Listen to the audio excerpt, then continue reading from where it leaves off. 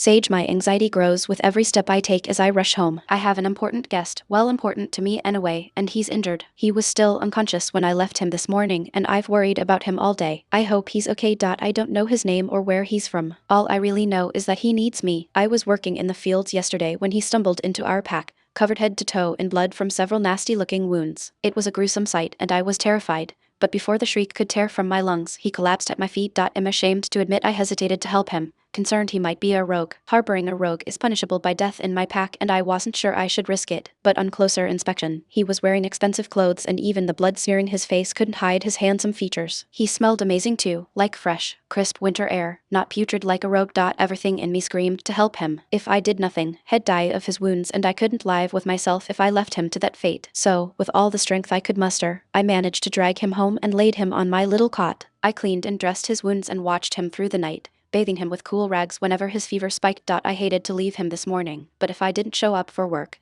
Daphne would have sent someone looking for me. Then we'd be caught for sure, and we'd both be dead. I just hope he survived the day. When I finally make it home with my little bundle of food, I rush inside, eager to check on my patient. He's still on the cot, but he's sitting up now and his face has a little more color. I take that as a good sign. How are you feeling? I ask, hoping he's a tiny bit more talkative now that he's feeling a little better. He doesn't answer me, glaring at me as he scans me from head to toe like he's just seeing me for the first time. Then I swear I see his gray eyes flash amber as he lets out a ferocious growl. Who hurt you? He roars. I'm fine. I brush off his concern, too embarrassed to tell him about the abuse I endure. You're not fine. Now answer me, he grinds out, his jaw clenched in anger. Why does it matter? I snap back. You're still too injured to help, and nothing can be done about it anyway. But if you really want to know, I'll tell you all about it when I'm done changing your dressings. How are you? He stares at me a moment longer, clearly unhappy with the bargain, but finally nods and answers, still weak but alive, thanks to you. His full lips turn up in a half smile, and I feel myself blushing at his gratitude. I appreciate the risk you took, bringing me to your home. Are you sure it's safe for me to be here? I can go if you want me to. Trust me. If you don't want to be found, there is no safer place to hide than in my home. No one ever comes looking for me, I say a little too bitterly. But if he notices my tone, he doesn't comment, just nods and winces from the pain the movement caused. I can see from here that some of his dressings need to be changed,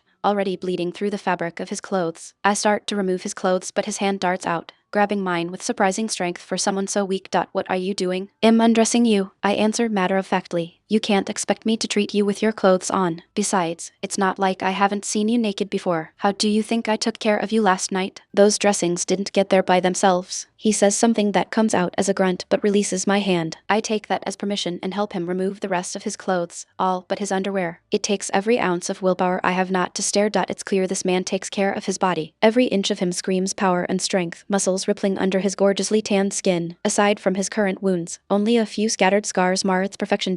I'll just go get the first aid kit. I'll be right back. I stand, forcing my eyes away. I hurry into the bathroom, my chest heaving and my heart pounding. What is wrong with you, Sage? So what if he's devastatingly handsome? The man is injured. I scold myself. Besides, you're a wolfless nobody. He won't look twice at you once he's well. Don't forget that exclamation. Lecture complete. I grab the kit and rush back to his side. I make quick work of cleaning his wounds and redressing them. He watches me the entire time, his intense steel gray eyes never leaving me and his firm, square jaw never shifting from its neutral expression. You're good at that. He deadpans, an observation not a compliment. I've had a lot of practice. I shrug. I tend to get hurt a lot, and no one is around to treat my wounds. I leave out the part about them not being willing to help even if they were nearby. Huh. He grunts and I clench my jaw. He could at least say thank you. So, would you mind telling me how you ended up inside our pack? Bordery was attacked by rogues. I managed to get away and was looking for a place to hide. He states flatly, again no emotion in his tone. I'll go as soon as I'm healed. I know you're taking a risk by having me here.